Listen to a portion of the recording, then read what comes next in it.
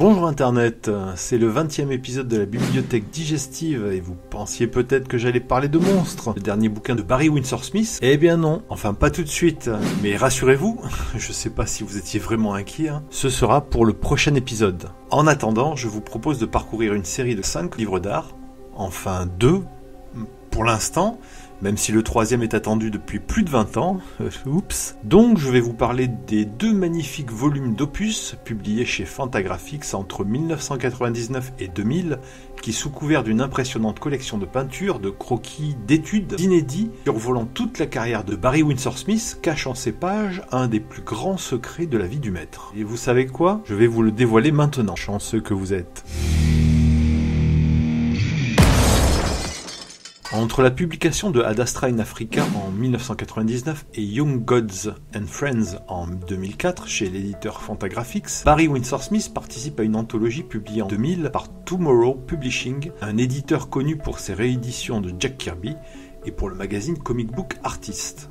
Intitulé Streetwise, cet album collecte des récits autobiographiques d'auteurs de comics renommés, parmi lesquels Jack Kirby, Sergio Aragonés, Brent Anderson, Walt Simonson, Rick Veitch, Joe Kubert et d'autres.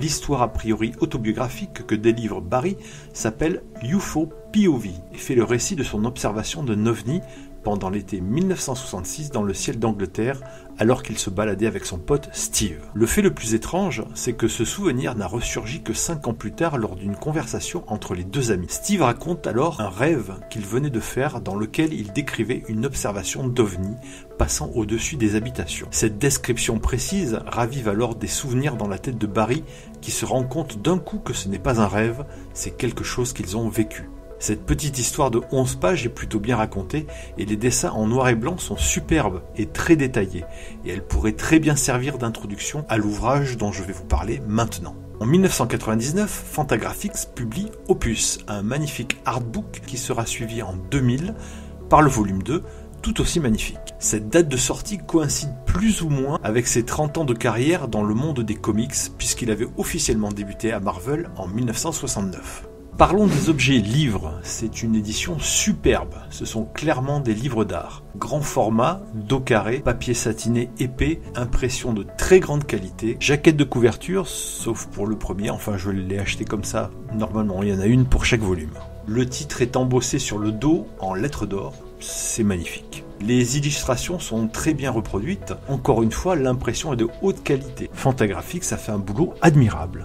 Petit bémol quand même, sur le rabat de la jaquette du volume 2, je n'ai pas celle du premier volume, je ne peux donc pas vérifier dessus, il est fait mention d'un volume 3 annoncé pour 2002. Et malgré plusieurs recherches sur internet, il n'est fait mention nulle part d'un 3e volume d'opus chez Fantagraphics, ou même chez un autre éditeur. Si vous avez une information à ce sujet, n'hésitez pas à me le dire dans les commentaires. Cependant, dans le volume 1, Barry Windsor Smith montre les prototypes d'un magazine Opus qu'il avait élaboré à la manière de son storyteller et qui devait sortir tous les 2 ou 3 mois. Dans une interview qu'il donne à l'occasion de la sortie de ce premier livre, il évoque bien le projet d'une série de plusieurs livres Opus. J'ai reçu quelques lettres de compliments sur les illustrations et mon design du livre. C'était attendu, je crois. Les opus 1 à 5 vont toujours donner l'impression qu'il s'agit, vous voyez, de livres d'art. Malgré cette promesse d'une série de 5 livres, et même d'une annonce éditoriale sur le rabat de la jaquette du 2e volume, d'un 3e opus, je constate malheureusement que 23 ans plus tard, nous n'avons que ces 2 ouvrages sous les yeux. Mais qu'en est-il de leur contenu ? Tout d'abord, je le répète, les illustrations sont un régal pour les yeux. Et si on aime le travail de Barry Windsor Smith, c'est magique. Certains dessins sont totalement inédits et nous plongent dans le processus créatif de l'artiste. On voit les crayonnés, les croquis préparatoires, des photos, y compris des clichés de référence où Barry se met lui-même en scène. Bref, c'est une mine d'or pour tous les amateurs de beaux dessins. Et si on se laisse éblouir par la beauté de ces images, on peut vite passer à côté des textes, voire même volontairement faire l'impasse dessus. D'ailleurs, Barry le dit lui-même. J'ai des piles de livres d'art dont je n'ai probablement jamais lu le texte. Albrecht Dürer, par exemple, j'adore les dessins de Dürer, mais je n'ai pas vraiment envie de connaître sa vie ou son époque. Et j'avoue moi-même, j'ai été rebuté par tous ces gros pavés chapitrés. Je voulais m'attarder sur les images, éventuellement lire les descriptions ou les annotations pour connaître leur contexte ou une éventuelle anecdote sur leur création. Mais j'ai quand même fait l'effort, par curiosité, pour voir si j'allais apprendre quelques anecdotes croustillantes sur le business des comics ou sur certaines stars de Marvel ou DC Comics. Eh bien non, les interviews, du Comics Journal notamment, sont plus riches en informations de ce calibre. Les textes des 2 volumes d'opus ont été rédigés par Barry Windsor Smith et son intention de départ était claire. Mon but principal, c'est de partager mes expériences personnelles avec d'autres personnes qui pourraient en tirer ou pas quelque chose. Je raconte l'histoire de ma vie ici. Ce n'est pas seulement quelques événements dingues qui remontent à 1973. L'événement ou les événements qui se sont déroulés en 1973 sont au cœur de ces 2 opus. Je vais remettre les choses dans leur contexte avant cela, si vous voulez bien. Barry parle beaucoup de spiritualité, de philosophie, empruntant parfois un chemin mi-New Age, mi-paranormal. S'il y a des zététiciens dans le public, veuillez évacuer la salle s'il vous plaît, pour votre propre sécurité. Entre autres, il cite les travaux de Stephen Hawking, il parle de physique quantique, d'expériences de mort imminente, avec les bouquins du docteur Raymond Moody, des capacités insoupçonnées du cerveau humain, du film Altered State avec William Hurt, de la neuroscience et des effets du LSD sur la conscience, et des ouvrages sur les ovnis et les expériences d'enlèvement par des êtres d'un autre monde, en citant John E. Mack, Whitley Strieber, Betty et Barney Hill, J. Allen Hynek. Bref, cela fait le lien avec son observation d'un objet dans le ciel, décrite dans l'histoire UFO POV qui sort en 2000. Mais si vous avez gardé en tête la date de cet événement, 1966, ce n'est pas de cette expérience dont il fait allusion quand il parle des événements dingues qui remontent à 1973. Barry les décrit longuement dans le premier volume et tente de les expliquer dans le second volume, en utilisant les références puisées dans ses lectures et ses expériences de vie. En voici un résumé concis en préambule du second volume, justement. Les événements.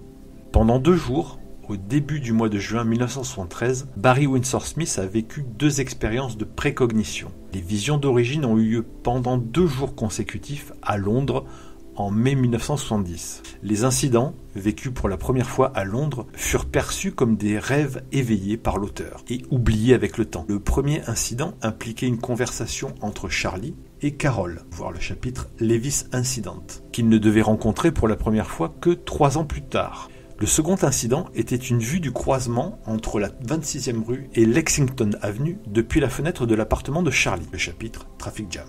Le 3e jour, en 1973, l'artiste vécut une expérience de sortie extracorporelle d'une intensité stupéfiante. Dans un environnement multidimensionnel, l'artiste de 23 ans subit une succession de ce qu'il a appelé les vagues du temps sans fin. Des immenses vagues d'énergie d'un noir profond impossible, contenant toute l'essence de la connaissance et toute l'expérience des dimensions infinies du temps, projetées depuis une source inconnue par-delà l'univers. Windsor Smith a lutté pour comprendre et accepter ce qu'il a cru être un procès, une épreuve cosmique d'une grande et profonde signification. Mais il a échoué l'épreuve de courage. Ses peurs, ses failles, son humanité ont sapé une tentative de transformation extraordinaire qui nécessitait une foi transcendante qu'il ne possédait pas. Barry Windsor Smith a subi ces événements bizarres pendant une période de 16 heures. Il en est ressorti comme un être humain changé. Cet événement paranormal, qu'on le croit ou non, l'a profondément bouleversé, l'a transcendé selon ses dires.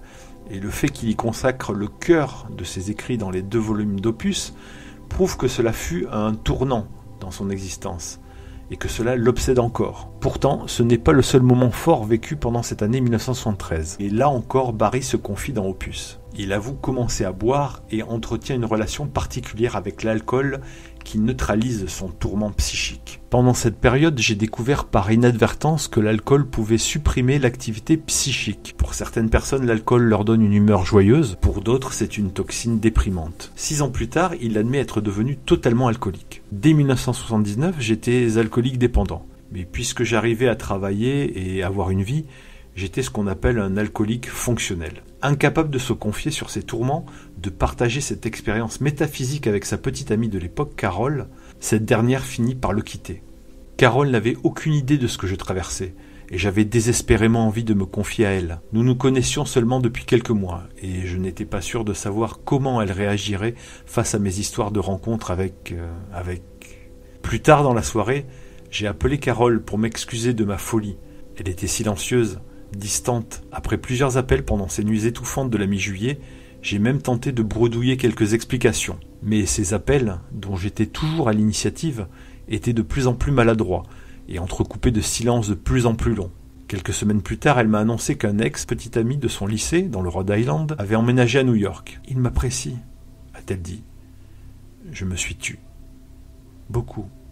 Évidemment, il faudrait vraiment manquer d'empathie pour ne pas constater à quel point cet enchaînement d'événements a traumatisé psychologiquement le pauvre Barry. Mais cela a eu également des répercussions énormes sur son destin artistique. Et oui, car 1973, c'est l'année où Barry va sortir Conan Red Nails, une histoire sur laquelle il change radicalement son style de dessin, alors encore sous émulation de Jack Kirby, pour forger son propre graphisme qui va le rendre célèbre.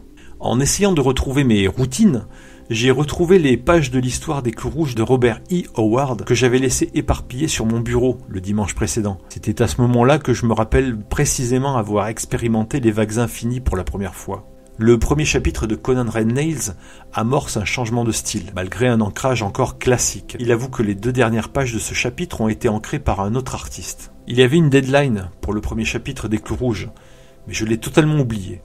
Quand le chef de production chez Marvel a appelé pour se plaindre que les 21 premières pages étaient attendues, je me suis remis au travail, et j'ai vraiment essayé de toutes mes forces pour faire comme si rien ne s'était passé. Mais je ne pouvais pas rattraper le travail. Et pour la première fois en 6 ans de carrière, j'ai été battu par une deadline. J'ai rendu le travail incomplet. Les pages 20 et 21 ont été finies à l'ancrage par une autre main. Parfois on me demande pourquoi mon style d'ancrage sur les Clous Rouges a changé autant sur cette histoire de 60 pages. Naturellement, j'ai toujours menti, ou plaisanté. Le second chapitre montre clairement une cassure dans votre style d'ancrage, passant de lignes tracées délicatement vers une approche plus contrastée, plus pointilliste. Est-ce que c'était une expérimentation ou une contrainte due à la deadline ? Deadline ? Il y avait une deadline ? Qu'est-ce que vous voulez dire par pointilliste ? Est-ce que je vais bien ? Où sont mes médicaments ? C'est aussi l'année où il quitte Marvel pour devenir artiste indépendant. J'ai continué à batailler tout au long de l'adaptation des Clous Rouges, mais ma discipline avait été abîmée et je n'avais plus aucune notion du temps ordinaire, sans parler des contraintes comme cette deadline. Malgré tout, que l'on soit sceptique en pensant que c'est le surmenage, une rupture amoureuse ou l'alcool, ou même la combinaison des trois qui l'ont transformé, ou bien mystique en admettant que cette rencontre extraordinaire, cette expérience psychique ou métaphysique l'a vraiment chamboulé et lui a fait prendre conscience pendant ces quelques jours de forces qui dépassent le commun des mortels, on ne peut que constater que l'année 1973 fut une année charnière dans sa carrière, dans son statut d'artiste. C'est l'année qui transforme Barry Smith en Barry Windsor Smith. C'est l'année qui le transforme en légende des comics.